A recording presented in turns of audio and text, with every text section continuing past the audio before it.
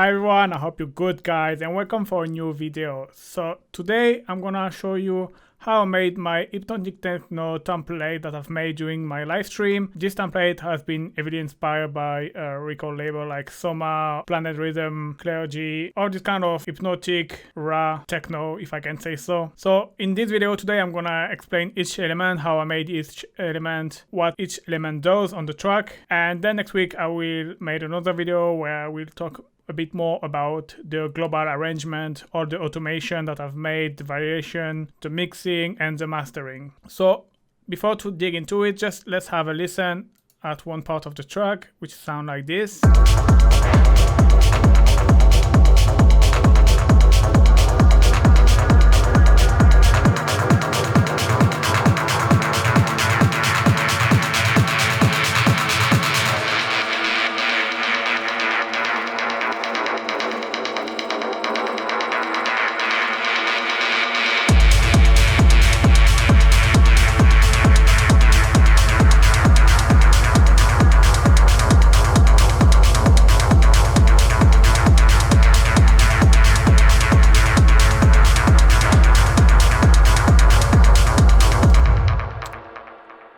Alright, so if you like the project, you can grab the file, the link in the description, and let's dig into it. So first, let's start with the kick.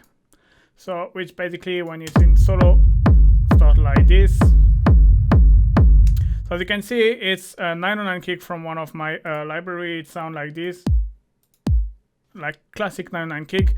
But here the trick, what I've done, I'm just gonna deactivate everything, and you're gonna understand better. If you've seen my tutorial how to make techno kick, like you make Charlotte the Wiz and Joy Other, you know this trick. It's basically using a filter on a low pass filter on your kick. So basically, here you got your kick, but then the trick here is, you see I have a low pass filter and I choose a drive one, like the Prodigy Moog kind of type of filter. I add a bit of drive, and the thing, you bring down the frequency. And basically you apply a very big amount of envelope modulation, and then after you can play with the decay, but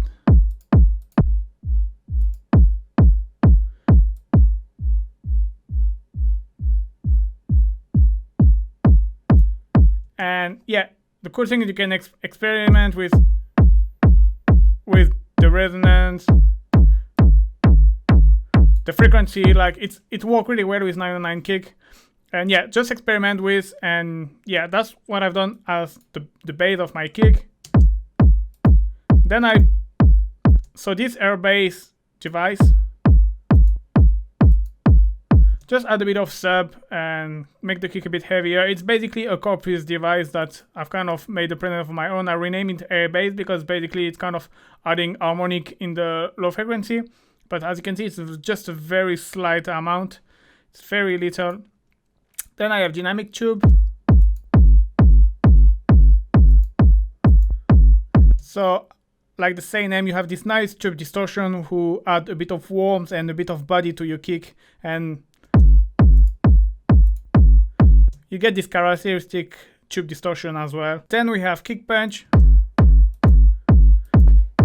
So here, like this in solo, it sounds a little bit too much, but obviously this rack, it's a rack I created. I will put the link in the description as well. It's parallel processing, and the point is I have my drag signal, but I can add on top as well a kind of just the top of the kick with a bit of reverb. So that's why you have an EQ8 to filter the frequency I don't like. You have amp to add a bit of grit if you want, and then you have reverb, but the reverb is a very short decay.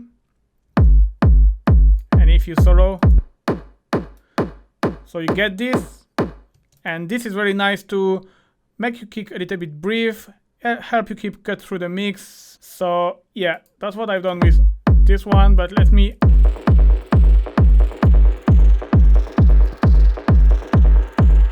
really help you kick cut through the mix. Right, then we have kick verb, which is basically a rumble. So here again, I've used my kick verb rack. If you want to find out more, I just use the rumble chain, and it's a basic rumble. You know, it's reverb with distortion that you apply your low pass to have this cavernous rumble effect. Put in mono, sidechain,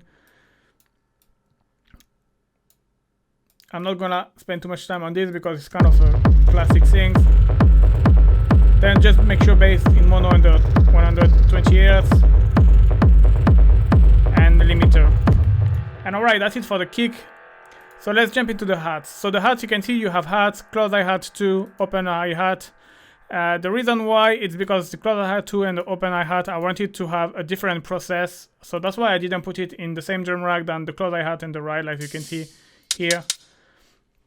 So let's talk about the first close hi-hat. So you can see here the MIDI pattern is kind of a 16 close hi-hat pattern, but you can see like the velocity and the GK of the note as well kind of give the groove to the. Basically, usually how I done that, I have the push and I have a repeat function, a repeater that I put in 16 notes, and I'm just playing like this, trying things. And when you quantize, you have this kind of stuff. If you don't have a push, you can use obviously an arpeggiator with a 16 note and do the same kind of effect with. Alright, so about the sound itself, it's just close hi-hat. I use the 909 hi-hat as well, and just some EQing and reverb. This is pretty basic. Just cut the frequency I don't need, boost the one I want. Reverb, usually I use a shorter decay time because I don't want a too big room for my hats, but for this kind of techno hypnotic track, I like to have the hats in the reverb because it's giving this noisy kind of vibe, which is nice. Usually I will go more something like this, but for this kind of techno, it's fine to do that. And then you have the ride. So the ride, it's playing here. And basically that's the same process that I usually do. You have an EQ just to get rid of the unnecessary frequency. And let me actually deactivate everything. So the pattern is the pattern I like to use. It's kind of, you can see the velocity here. The dark one is ascending, descending, ascending, descending. And this kind of pattern really great to kind of give a driving effect to your hat or any percussion, anything basically. And you can get this kind of driving effect. And as you can see, it's a very noisy high that I just high pass a little bit. Saturation doesn't even really work, but you have bit of reverb, stereo width. So this is the delay plugin from Ableton that I've used as a has effect. You know, you just bring the feedback to 0, bring the dry wet to 100%. You can deactivate the filter if you want, and you put the delay time on the delay mode on time, and you can like switch to have create a stereo. So I recommend to stay around 13, 11. Don't go much more than 16 because after it's kind of too much, and you can start to hear that both signal has been delayed too much. And then some sidechain compression, helping the kick cut through the mix, adding a bit of movement as well. And finally, for both, we have this drum bus. So I like to use, lately, I've been experimenting, trying to use the drum bus. I use this transient that I put in negative value, and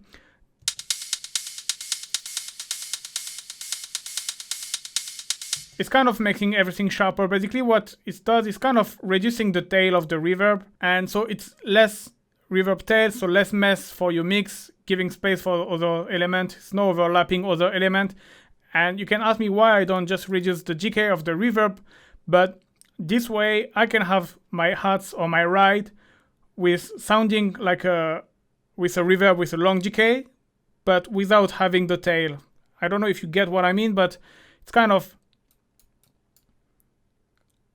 like, it's basically like if you was using a gate, for example. If you want a large, you put your sound in a large reverb, and so it's going to have a long tail, but you decide to cut this tail with a gate to shorten, but still have the feeling of a large room.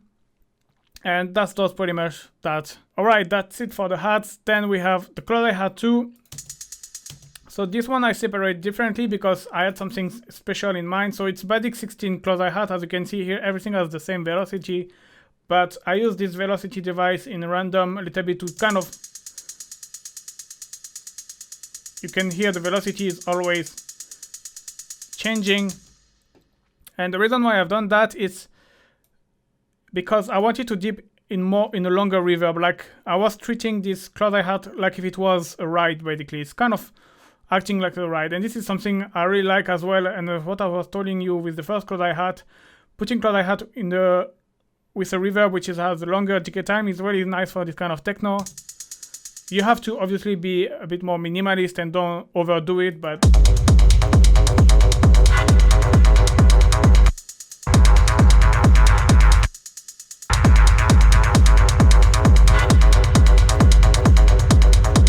you see, it's kind of adding a bit of noise, and you kind of lose this vibe with a shorter GK. So yeah, saturation again is just to make things louder and add a bit of harmonics. EQ to remove the necessary frequency. I had a frequency which was resonating a little bit too much right here.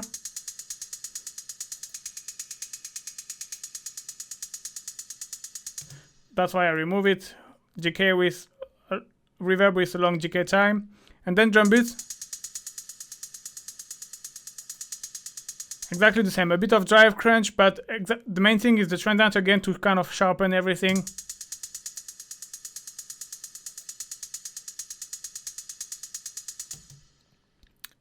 And then we have open hats. So this one, I didn't put it in the other drum rack because I kind of layer my open hats. And I wanted a very kind of shaker open hats, but very big open hats, like very wide and noisy and kind of sounding like a shaker. That's what my idea, and that's why I decided to layer. I'm just gonna remove the effects up. I'm just gonna leave this. But you can see all of them, they have a fade in 20 milliseconds, which is great to give this kind of shaker effect on your hats instead of having a hat which is percussive, which might be what you want sometimes, but for this case I wanted something more like a shaker. I add overdrive to obviously accentuate this shaker effect and add a bit of noise to make it louder obviously as well, but then so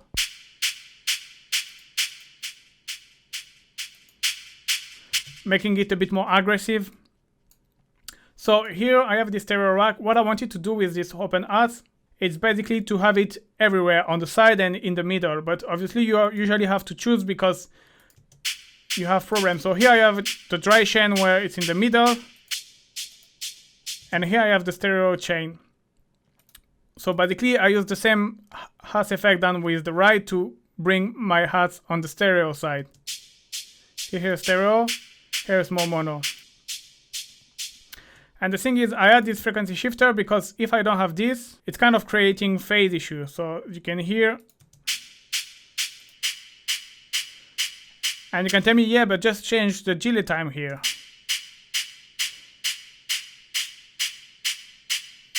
Doesn't really help.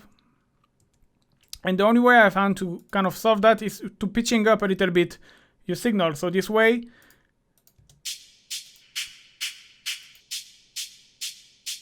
it's kind of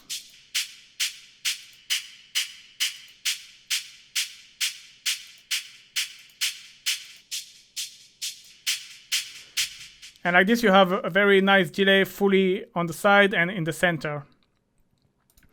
So yeah, then what I've done here is EQ again.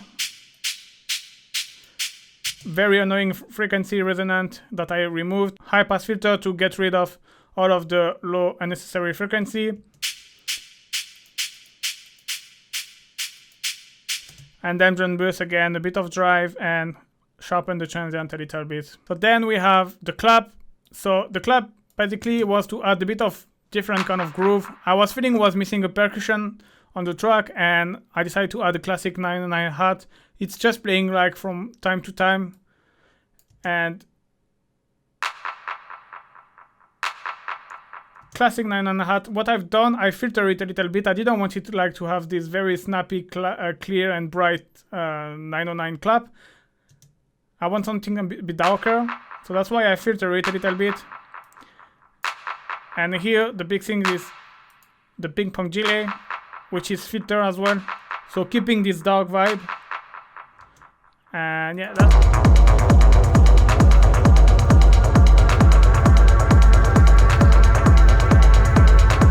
So you can see at the end of each bar, it's playing.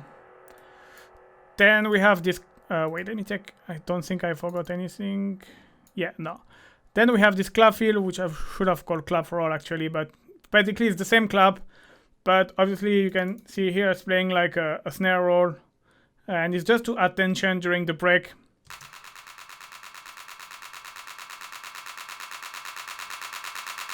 See, the more the velocity goes, the louder it gets.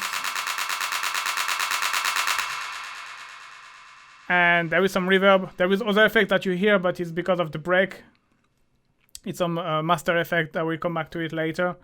So yeah, classic things. Okay, let's jump into the perc. So percussion, we have perc 1, which is this. This is kind of metallic industrial kind of perc. Here I play with the velocity to have one louder, one a bit more quieter. And this is the idea to, yes, have something metallic. So you can see the original sample. It's like this. And a bit something with aspiration as well, like with the open hats. And I just filter it. And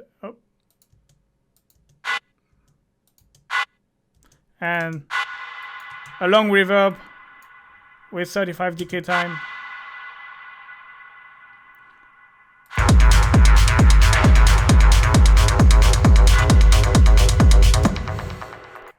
Then we have perc 2, which is basically a similar kind of effect. Basically, I wanted this to have a percussion to help the transition, like at the end of every 8 bar, just to help the transition. So I've layered like percussion to have kind of dark metallic FX. So yeah, it's, you see something low dark, something high metallic, something again a bit more metallic and sounding like synthesizer, and something more like a snap clap snare effect. And combining these 4, obviously they have, this one has a lower pitch, but you get this. So here are the things what I've done, because basically it's something very percussive. So I add a bit of saturator to make it sound louder and more powerful. All right. And I add some reverb. So you got this. But I wanted something as well a little bit in the style than the previous perc with this aspiration kind of effect. And I could have resampled this for perc and basically add with the fade in, but I wanted to show you a different technique that you can do. It's use the auto filter, and basically I've used the envelope. So here is the, you see I filter it, but if you use the envelope, aspiring effect.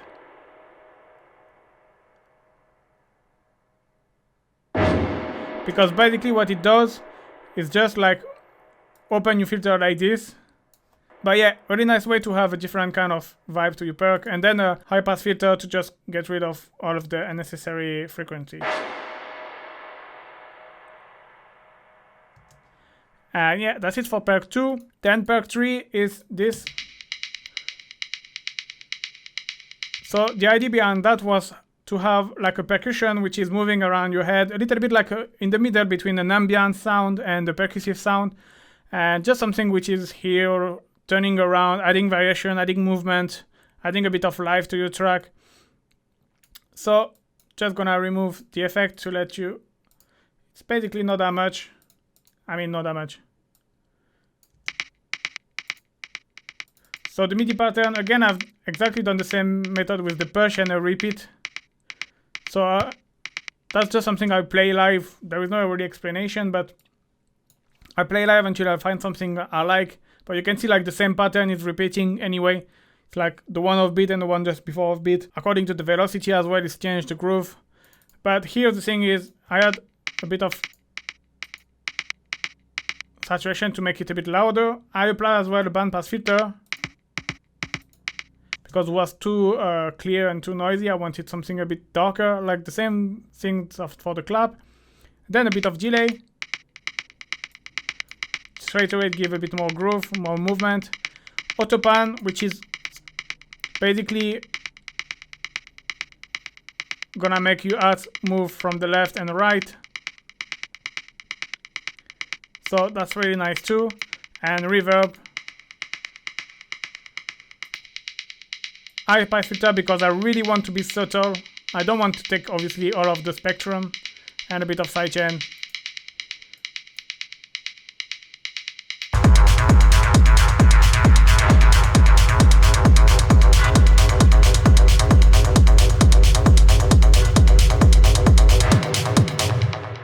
So yeah, then let's jump into the bass, which is basically our main lead here,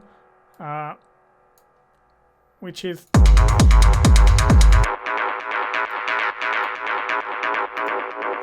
so for that one I use my Hypnotic rack. I will put the link in the description if you want to find out more about it. Basically what it does, it's the main thing about this rack is you have LFO modulation, and you can see it's slightly affecting the pitch, but the main thing is affecting the feedback. And with the algorithm in this position, for example, if you take oscillator B, you can modulate the feedback.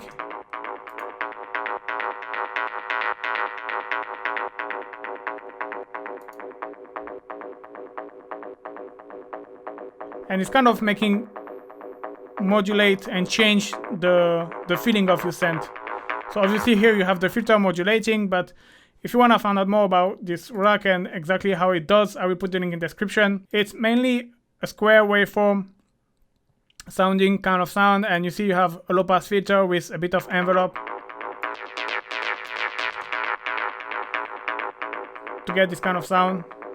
And the thing is as well here is how you play with, is here you can see I play 2 notes which are like 1 semitone different, and the thing as well is you can see the length is 12, so it's basically 3 bar, and this way this length is 3 bar, but you kick it's basically obviously 4 bar, so you always get kind of a weird feeling because it's kind of polymeter, and you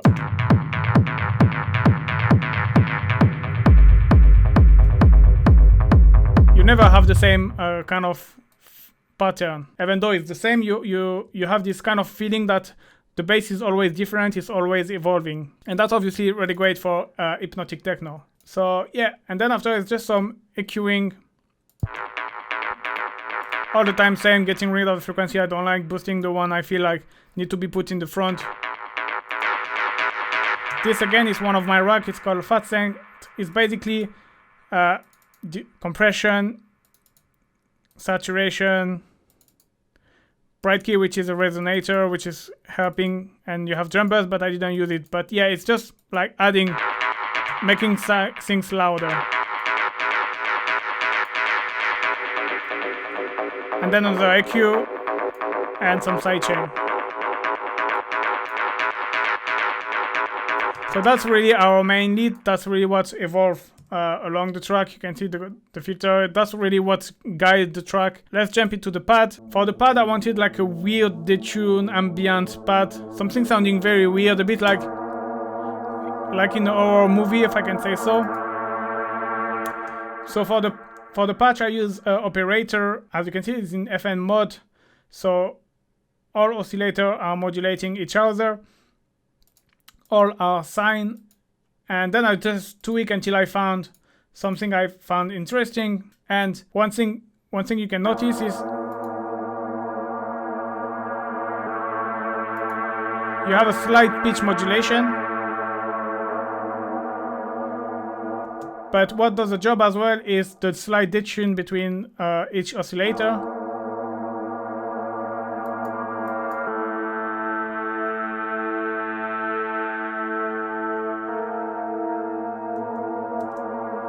So yeah, always enter with care if you just want a slight effect. And yeah, that's the main characteristic of the sound. It's just FM, LFO modulates slightly the pitch, a bit of detune, and the filter is just here to like automate and add movement to your track. And then it's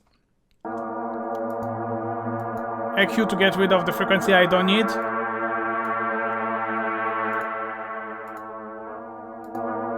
Saturator, outliness, brightness, the reverb. So yeah, for my part, I always like to be between 6 seconds. If I really need to put it on the background, I will put 12 seconds, but around 6 seconds, 50% dry wet. It's nice to have a pad which is not too much in the background, sorry. And then I've automated the width, but I will come back to this later about the automation things. So yeah, that's it for the pad. Yes, what it plays, sorry. As you can see, it's pretty simple. I didn't want it something too melodic and just something simple. Like I said, in a horror movie, this kind of drone synth who bring tension, who are like always the same note. And it's just A playing at 2 different octaves, and then after you change from the A2 to A sharp 2, just one semitone upper here again. And you get these kind of vibes.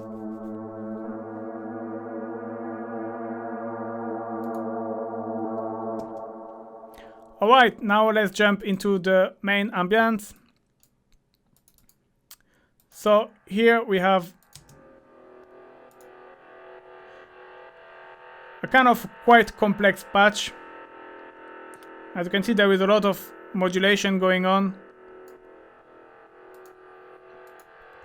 So here's the idea behind this track. Basically, I've made this one after I created the track. I was feeling something was missing something evolving in the same time than the bass line, and I was thinking to put this ambience in the background, which is evolved, but I didn't want it to be too much present either. I say, okay, let's try to have a kind of pad drone with wavetable, and you can see I use frequency modulation and modern wrapping and folding modulation. But the key here is having a simple note. You can see it's just always the same note which is playing.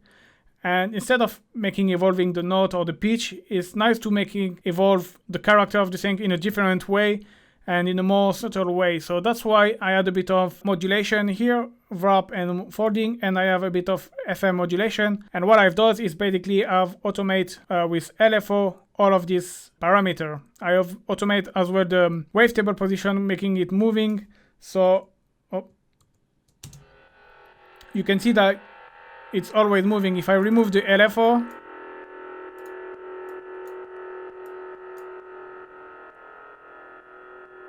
you got something super steady.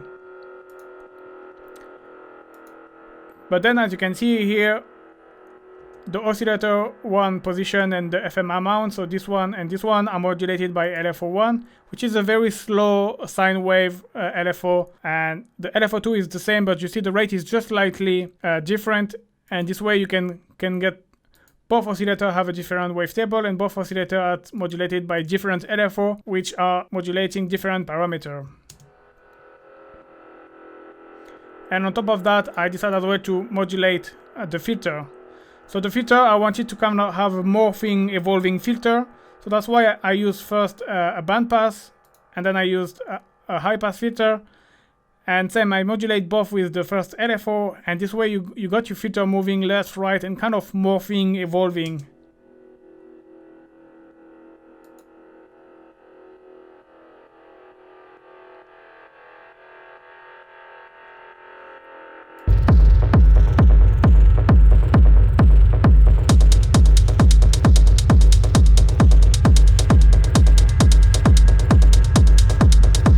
See, you got this steady ambience in the background which is moving, and yeah, that's really make your track more interesting and less boring and a bit more hypnotic. So then after the effects process, just gonna remove everything.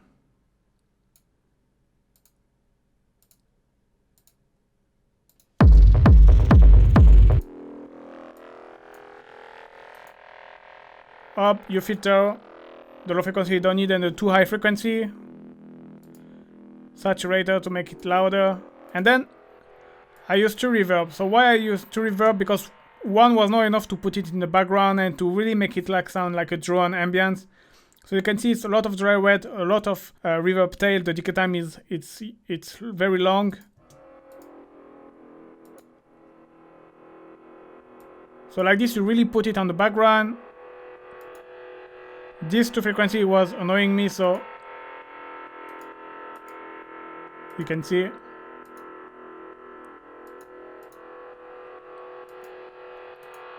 I remove them.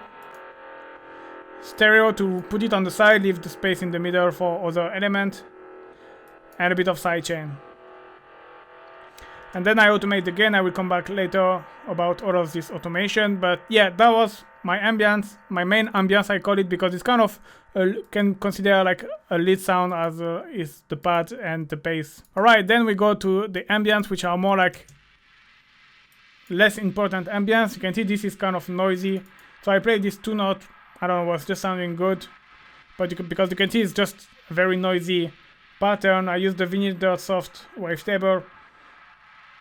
And kind of the same principle, you see a bit of automation to make things smooth. I've been a little bit less complex than in the first one. But you have here is a random LFO. This is very subtle. But it's supposed to kind of always change the noise coming from, because it's a steady note. It's kind of to always change the, let me put this because, but you can see it adds as well, if I access the amount, it adds a bit more noise, a bit more crunch. I've been a bit more subtle. It's just like kind of effect that you cannot really hear, but it's kind of, you can feel it that it's not always the same. And yeah, then after I have the filter, which is kind of moving because of the LFO2. And yeah, then after it's again EQ to filter and to reverb again for exactly the same reason. Really put it far away in the background, a bit of sidechain compression. Obviously here you can, I didn't say, but same than here you can even go further and add external max for live LFO, which is gonna modulate the rate of the LFO or either any other parameter. You can even like go way much further in terms of modulation and how your sound can evolve along the track. Alright, then we have this AM2. So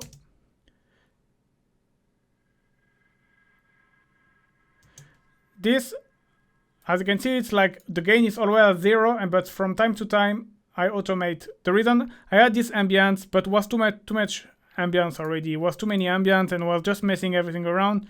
And I say, okay, why to not use it to kind of popping up from time to time, you know, not always, but here and there you can hear the ambience coming in the front and then go back in the background and until you don't hear it. So that's what it really does, and that's what there is this gain automated. You see here you don't hear, but then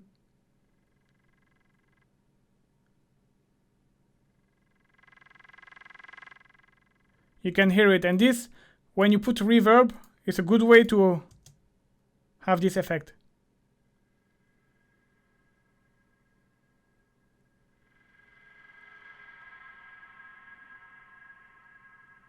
And you see it's coming very loud, so it's like in the front, and because of, even if you cut it, because there is a long reverb with a long decay, the sound still stay a little bit and fade out slowly, gently, coming like if it was going back in the background. And out curve just to make it louder. And here again, it's like a basic patch. I used the broken filter and it's just like the weirdest sound I found, and I put it. It's kind of metallic always, you see. And here is really the reverb, which kind of make the things, and obviously to automate. So this way you have this coming back and forth.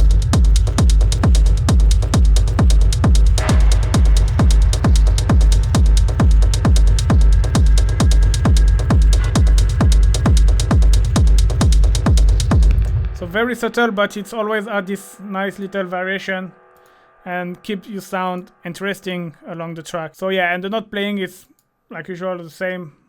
It's F, but you know it's more like a noise weird rather than really a melodic kind of sound. And then you got this, which is kind of similar to the Perc tree. You see it's kind of percussive ambience which go around your head, and you can see the pattern is pretty similar to the Perc tree here. And you can straight away hear like this kind of weird phasing things, which is caused by the phaser, which is always really nice as well for hypnotic sound phaser, like really help modulate Yeah, so let me deactivate. So here, same than before, I use wavetable and I try to use a wavetable with a very weird sounding, very weird sound by default. You see this FM fault, and there is not much. I have modulation on the FM position, so this is the LFO, but you can see the retrig is on, so which means that every time I play the note, the LFO retrig, so it's kind of acting, if you can say, like an envelope, but with obviously a weird shape. And like if it's acting with the filter, you can see the filter here, it's modulating by the amp. So it's the low pass filter, which is like this, which is going up, which is kind of unusual, and it's kind of sounding a bit like a sidechain, if we can say so. But a sidechain with a filter. And yeah, I haven't done much. This is kind of classic. I just put a OSR filter, a bit of drive and resonance, but this doesn't really shape the sound. The main thing is the phaser. Getting the EQ to filter everything. I really don't need. Putting it in mono, because now I want to use the autopan and then making it move around your head from left to right.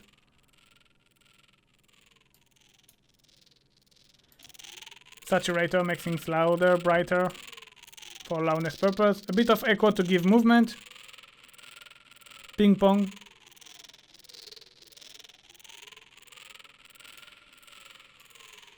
And reverb.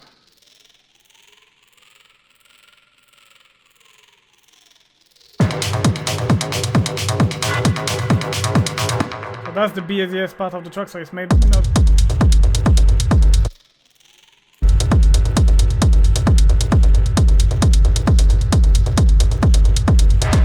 I really like this kind of sound in track because it's the kind of element that you don't really hear the first time you listen to a track, but then the more you listen to the track, and this kind of element that you discover after you listen 10 times the track, you're like, oh, but I didn't notice that it was this weird sound in the background moving around my head. And that's why I like to add this kind of sound.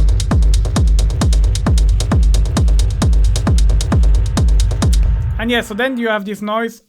This is like it's basic noise that I use my noise ambrac. I will put the link in the description. This is basically a noise generator. You can add some crackle or noise. And I decided to don't keep it because I found it was like a bit messing too much with the track, but it can be something you like. So I left it on the template even if it's deactivated.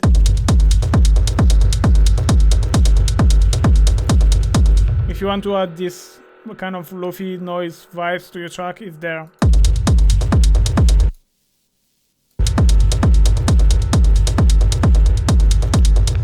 And yeah, that's pretty much for each other element of the track. And yeah, I think that's it for today. Next week I will talk about why there is sub mix down, I will talk about the return effect, all of the automation, all of these variation that I have had. I will talk about it a bit more in detail, how each element interact with each other as well. I will talk about that. Here today was really to explain what each element does. And then next week we're gonna talk a bit more in detail about arrangement, mixing, mastering, and all of that. Alright, thank you very much for watching, guys, and see you soon. Bye bye.